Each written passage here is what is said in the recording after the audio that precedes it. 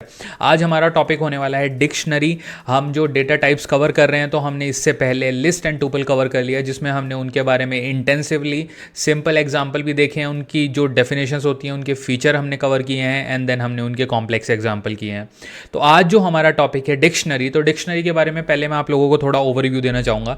देखिए, हमारे पास एक तो होता है लीनियर डेटा स्ट्रक्चर, जिसमें हमारा टुपल एंड लिस्ट फॉल होता है। दूसरा हमारा जो डेटा स्ट्रक्चर होता है जो कि होता है associative non linear data structure, जिसमें जो डेटा आप स्टोर करते हो वो की एंड वैल्यू के टर्म्स में करते हो। तो जब भी हर डेटा की एक बेसिकली की होती है तो आप उस की को कॉल करते हो, तब जो वैल्यू होती है वो ऑटोमेटिकली पॉपअप होकर आती है एंड प्रिंट आउट हो जाती है, आप उसको प्रिंट करवा सकते हो। तो डिक्शनरी जो है ये म्यूटेबल भी होता है, जो कि टुपल नहीं होता, बट लिस्ट भी हमारी म्यूटेबल होती है। तो चलिए आगे बढ़ते हैं, डिस्कस करते हैं डिटेल में एंड समझते हैं आज की डिक्शनरी किस तरह से काम करती है। चलिए फटाफट से ओपन करते हैं हमारा VS कोड एंड हाँ जी, तो हमारा ये VS कोड ओपन हो गया। सबसे पहले चलते हैं फाइल में और एक बनाते हैं नई फाइल जिसका नाम रखते हैं dict.py। इसको स्टोर करते हैं हमारी लोकेशन पे एंड उससे पहले हम टर्मिनल को भी क्लीन कर लेंगे ताकि सब कुछ एकदम आपको प्रॉपरली दिखाई दे। हाँ जी, तो सबसे पहले जो डिक्शनरी है, डिक्शनरी होती क्या है बेसिकली, तो हम इसको अगर एक लाइन में मैं आपको बताऊं तो it's a real life dictionary जो हमारी होती है उसी का थोड़ा प्रोग्रामिंग वर्जन। देखिए, क्योंकि जो रियल लाइफ डिक्शनरी होती है तो उसमें यूजुअली क्या होता है, एक पर्टिकुलर वर्ड्स के अगेंस्ट उसके प्रॉपरली मीनिंग एक्सप्लेन होते हैं, ठीक है। तो वहाँ पे भी जो होती है की एंड वैल्यू उसकी होती है। सिमिलरली यहाँ पे भी की एंड वैल्यू होती है। तो real life dictionary is quite similar to Python dictionary.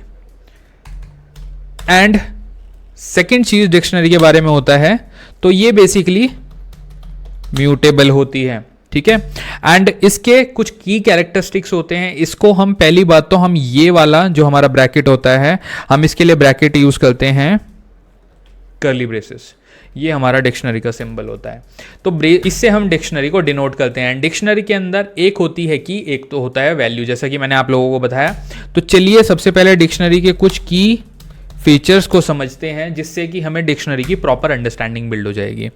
तो सबसे पहला जो मैं फीचर यहां पे आप लोगों को बताऊंगा वो है dictionary store the data in the key value pair. तो ये इंपॉर्टेंट है, इट स्टोर द डेटा इन की एंड वैल्यू। इस तरह से इस फॉर्मेट में आप यहां पे डेटा स्टोर करते हो। सेकेंड है keys can be written in dictionary, मतलब डिक्शनरी में जो आपकी डुप्लीकेट कीज होती हैं उनको आप नहीं रख सकते क्योंकि वो वैल्यू को ओवरराइड कर देगा।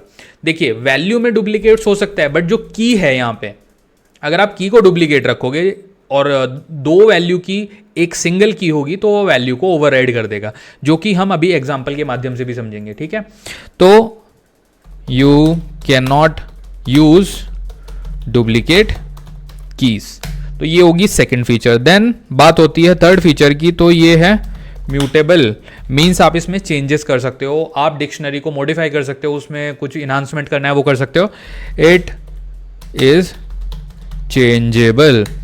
एंटर करता हूं एंड फोर्थ फीचर की बात करते हैं जो कि है अनऑर्डर्ड।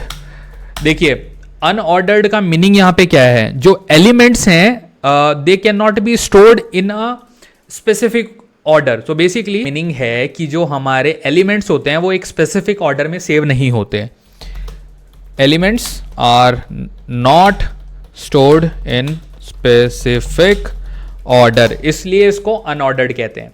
तो ये हैं हमारे कुछ टॉप की फीचर एक डिक्शनरी के बारे में। तो चलिए अब रियल लाइफ एग्जांपल देखते हैं डिक्शनरी का कि डिक्शनरी काम कैसे करती है।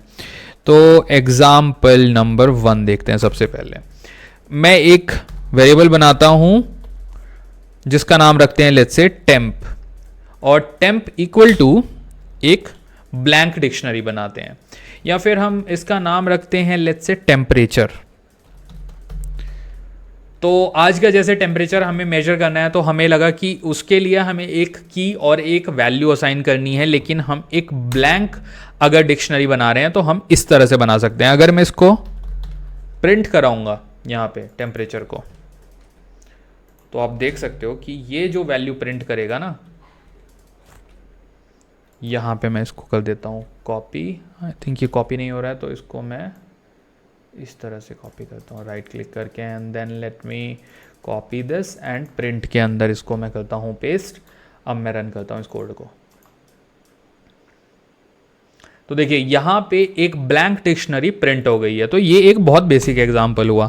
सेकेंड एग्जांपल के तौर पे हम समझते हैं, लेट्स से हमारे पास एक जू है, ओके तो हमें लेट्स से एक काउंट रखना है कि हमारे पास कितने कैट्स हैं, कितने हमारे पास डॉग्स हैं और कितने हमारे पास लायन हैं। तो इसको आप डिक्शनरी से सॉल्व कर सकते हो। इस प्रॉब्लम को कैसे सॉल्व कर सकते हैं, तो ये हो गया हमारा एग्जाम्पल नंबर 2। मैं यहाँ पे एंटर करता हूँ और लेट्स से वेरिएबल लेता हूँ जू।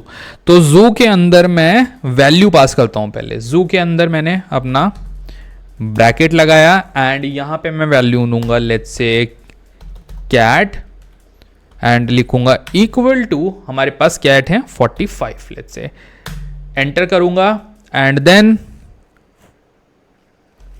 और एनिमल रखेंगे हम अपनी इस जू में। एक एनिमल है हमारे पास लायन, तो लायन की हमारे पास काउंटिंग है लेट्स से 55। देन जू में हम रखेंगे मंकी, लेट्स से 59। अब एक डिक्शनरी बनाते हैं पहले एंड जिसका नाम रखते हैं जू। ब्लैंक डिक्शनरी हम यहाँ पे डिफाइन करेंगे। तो यहाँ पे हमने एक ब्लैंक डिक्शनरी बनाई है जू, जिसके अंदर हम एलिमेंट प्रिंट कराएंगे। अब ये जो डेटा स्ट्रक्चर है ये कैसे काम कर रहा है, ये ऐसे काम करेगा कि एक ब्लैंक डिक्शनरी में आपने यहाँ पे उस डिक्शनरी को कॉल करा, यहाँ पे आपने की दी है और उसकी वैल्यू दी है। अब इसको मैं प्रिंट कराता हूँ, देखिए प्रिंट, एंड प्रिंट कराने के लिए हम नॉर्मल यही वाला सिंटेक्स यूज करेंगे जू। अब यहाँ पे इसको कर देते हैं रन। ऊपर वाले को पहले मैं कर देता हूं कमेंट, ताकि वो वाला आउटपुट आपको दिखाई ना दे। हाँ जी, तो अब हमें लाइन नंबर 16, 17, 18, 19 एंड 20 का आउटपुट स्क्रीन पे दिखाई देगा। Let's run this.